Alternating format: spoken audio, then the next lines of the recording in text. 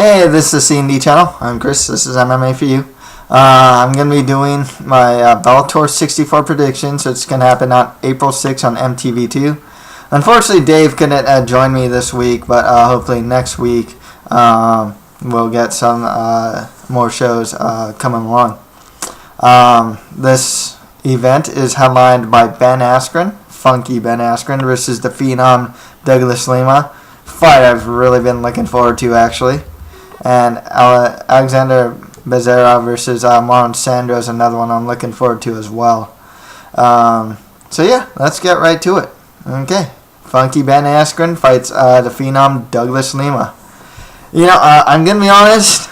I have a little bias to this pick. Okay, I am a big fan of Douglas Lima. Have been since first seeing him on MFC.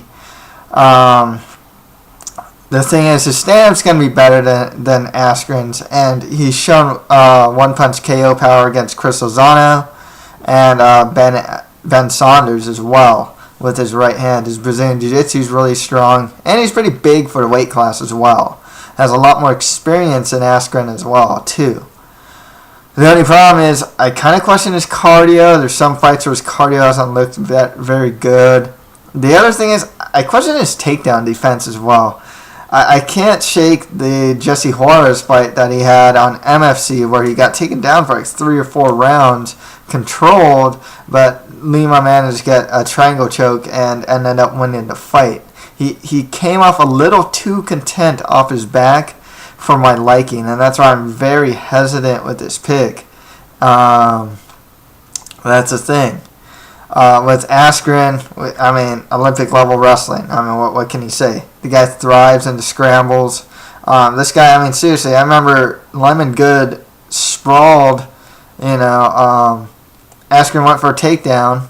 Lemon Good sprawls. They scramble in a way that Askren ends up getting the takedown.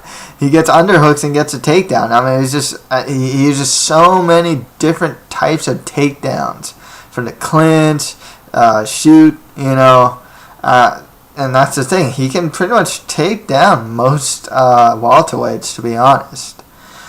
His top control is really good these days. Suffocating. He has good Brazilian Jiu-Jitsu, but he's not a finisher. I mean, his ground and pound doesn't really finish guys. Even when he's on mount, he's just not a finisher yet. And he does have really strong cardio. My thing is, Ben Askren will more than likely be able to take this fight to the ground. It's really just, and you kind of know what he's going to do there. It's top control, guard passes. One thing I do like about Askren is he's not content with staying in a person's guard, which could work to Lima's advantage or his disadvantage, because during the transitions is when you can sweep or maybe get back to your feet or catch something. But otherwise, yeah, I got Lima here, but I'm just really worried that he's going to just get taken down and controlled and lose a decision. It's pretty much Askren's MO at this point. I think Lima, overall, striking-wise, Brazilian Jiu-Jitsu-wise, is probably better in those categories. But, Askren, like I said, he can take down anyone. Okay, next fight after that, Alexandre Bezerra fights Marlon Sandro. A tough fight to call. This fight I'm really looking forward to, actually. Bezerra's, he's only lost to Charles Oliveira. It's his only career loss. His Brazilian Jiu-Jitsu is really strong. He shot against his last fight against Kenny Foster, and he showed a good stand-up as well.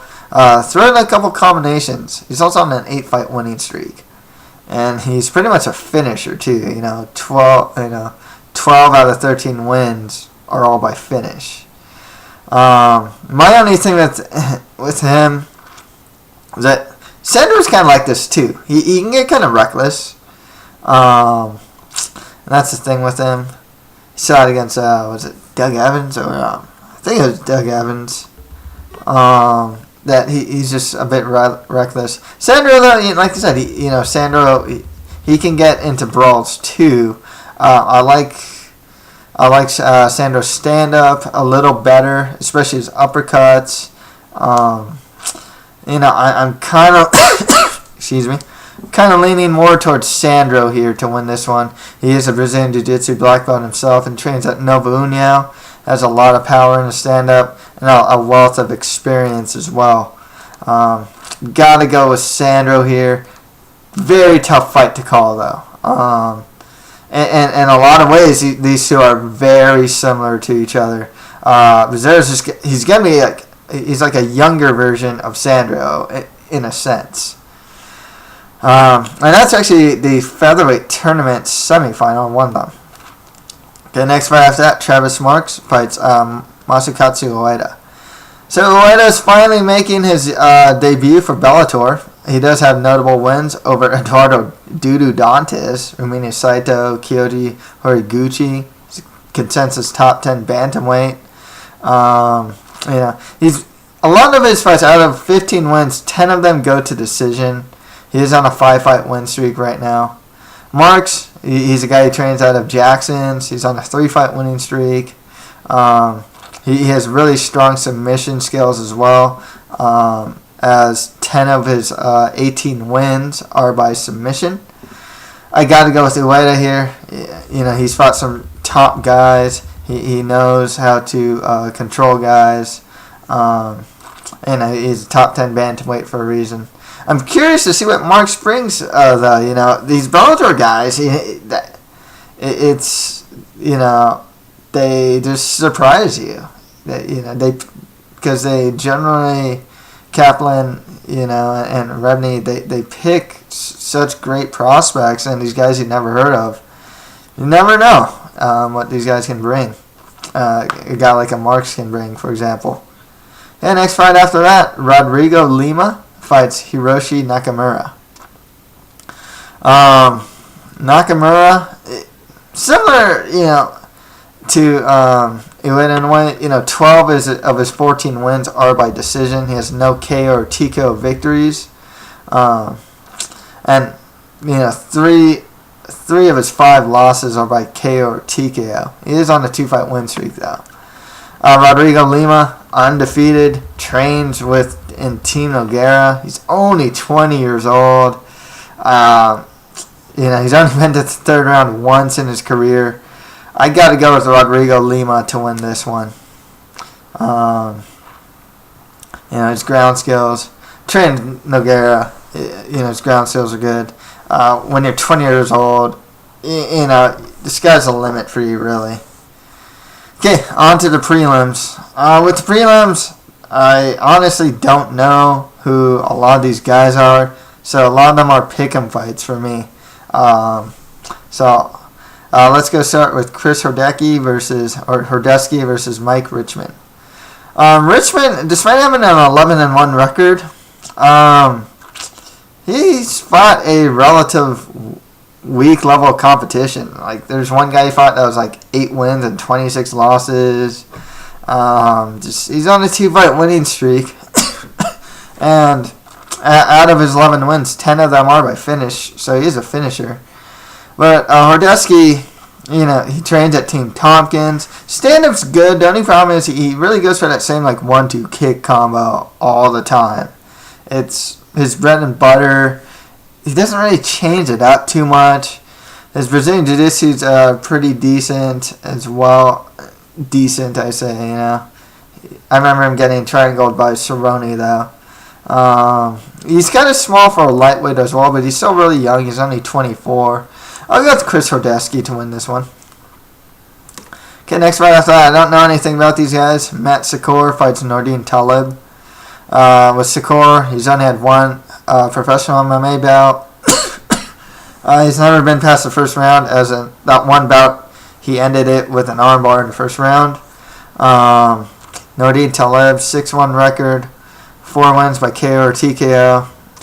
He's on a 5-fight win streak. Interestingly enough, he's coming off a TKO win over Pete Dragosel, and his last 3 fights did end in KO or TKO. So I'll go with Nordine Taleb. Yeah, I don't know much about him though.